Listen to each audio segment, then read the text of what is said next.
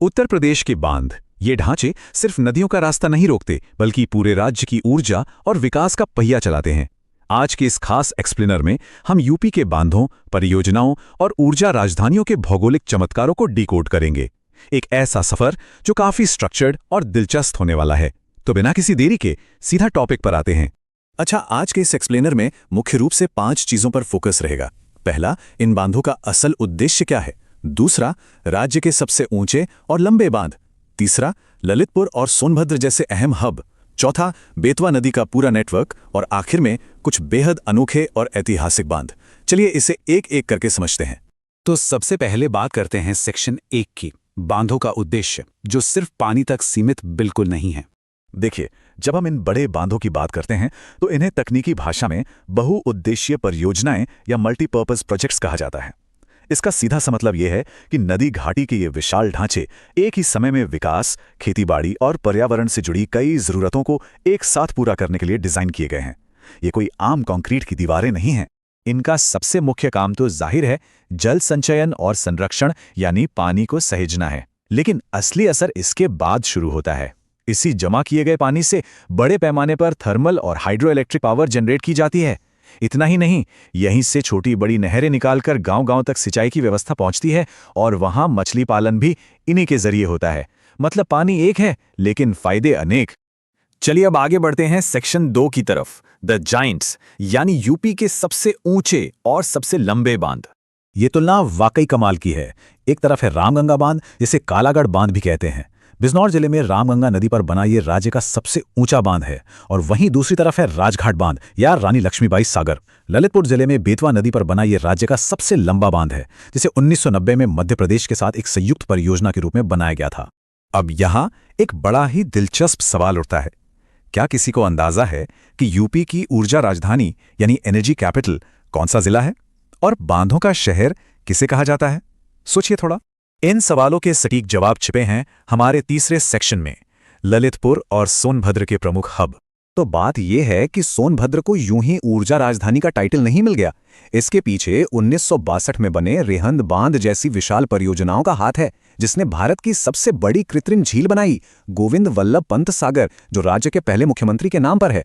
इसके अलावा रेणुका नदी पर ओबरा और अनपरा बांध, सोन नदी पर 3 राज्यों से जुड़ा बाणसागर प्रोजेक्ट और कन्हार या दूधी बांध, ये सब मिलकर सोनभद्र को पावर जनरेशन का एक निर्विवाद लीडर बनाते हैं।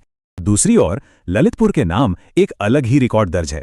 इस जिले में उत्तर प्रदेश के सबसे ज्यादा बांध मौजूद हैं और बांधों की इसी भारी तादाद और सघनता की वजह से इसे असल मायनों में बांधों का शहर कहा जाता है। ललितपुर की यही भौगोलिक खासियत हमें हमारे अगले टॉपिक की तरफ ले जाती है। सेक्शन 4, बेतवा नदी नेटवर्क। राज्य में सबसे ज्यादा बांध इसी नदी पर हैं, जो इसे इस पूरे रीजन की एक बहुत बड़ी जीवन रेखा बनाते हैं। अगर इस पूरे नेटवर्क को याद रखना हो तो इन्हें समूहों में देखना सबसे आसान तरीका है। ललितपुर में माता टीला बांध और राजघाट बांध, वहीं झांसी में कानपुर झांसी हाईवे पर मौजूद परीक्षा बांध और सुकमा डुकमा बांध, ये सब एक ही बेतवा नदी प्रणाली का हिस्सा हैं। इस तरह ग्रुप्स में देखने से भूगोल के ये तथ्य हमेशा के लिए याद हो जाते हैं। बेतवा के अलावा भी कुछ बेहद अहम क्षेत्रीय नदियां और बांध हैं, जैसे रोहिणी नदी पर रोहिणी बांध और शहजाद और सजनाम नदियों पर उन्हीं के नाम वाले बांध। यहाँ एक बड़ा ही रोचक नाम आता है, पथराई या सुखनाम बांध।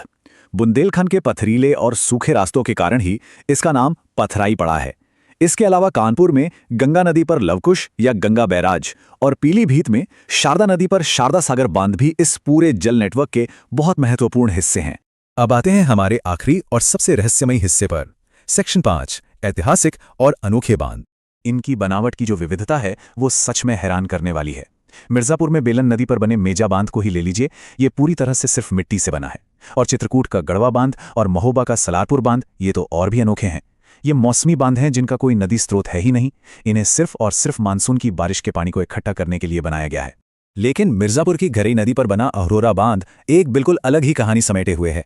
ये एक ऐसी अद्भुत जगह है जहां आज के आधुनिक बांध के ठीक बगल में आदिमानव काल के गुफा चित्र मिले हैं। जरा सोचिए, एक ही जगह पर हजारों साल पुराना इंसानी इतिहास और आज की मॉडर्न इंजीनियरिंग एक साथ मौजूद हैं। और ये ऐतिहासिक रोमांच यहीं खत्म नहीं होता। साल 1961 ये वो ऐतिहासिक साल था जब इसी अहरौरा बांध के पास महान सम्राट अशोक का एक लघु शिलालेख खोजा गया था, ये तथ्य सच में रोंगटे खड़े कर देता है कि हमारे आज के विकास प्रोजेक्ट्स के कितने करीब हमारा प्राचीन इतिहास छिपा हुआ है। तो कुल मिलाकर निष्कर्ष ये निकलता है कि उत्तर प्रदेश के ये बांध सिर्फ पानी रोकने वाली दीवारें नहीं हैं, ये ऊर्जा की राजधानियां हैं, कृषि की जीवन रेखाएं हैं और सबसे हैरान करने वाली बात, ये हमारे प्राचीन इतिहास के अप्रत्याशित रक्षक भी हैं। इस पूरे सफर को खत्म करते हुए एक सवाल जो जहन में जरूर आता है, हमारे इन आधुनिक बुनियादी ढांचों की नींव के नीचे अभी और कितने ऐसे प्राचीन रहस्य दबे हो सकते हैं। इस विचार के साथ आज का ये एक्सप्लेनर यहीं खत्म करते हैं। सीखते रहिए और इस जानकारी को आगे जरूर साझा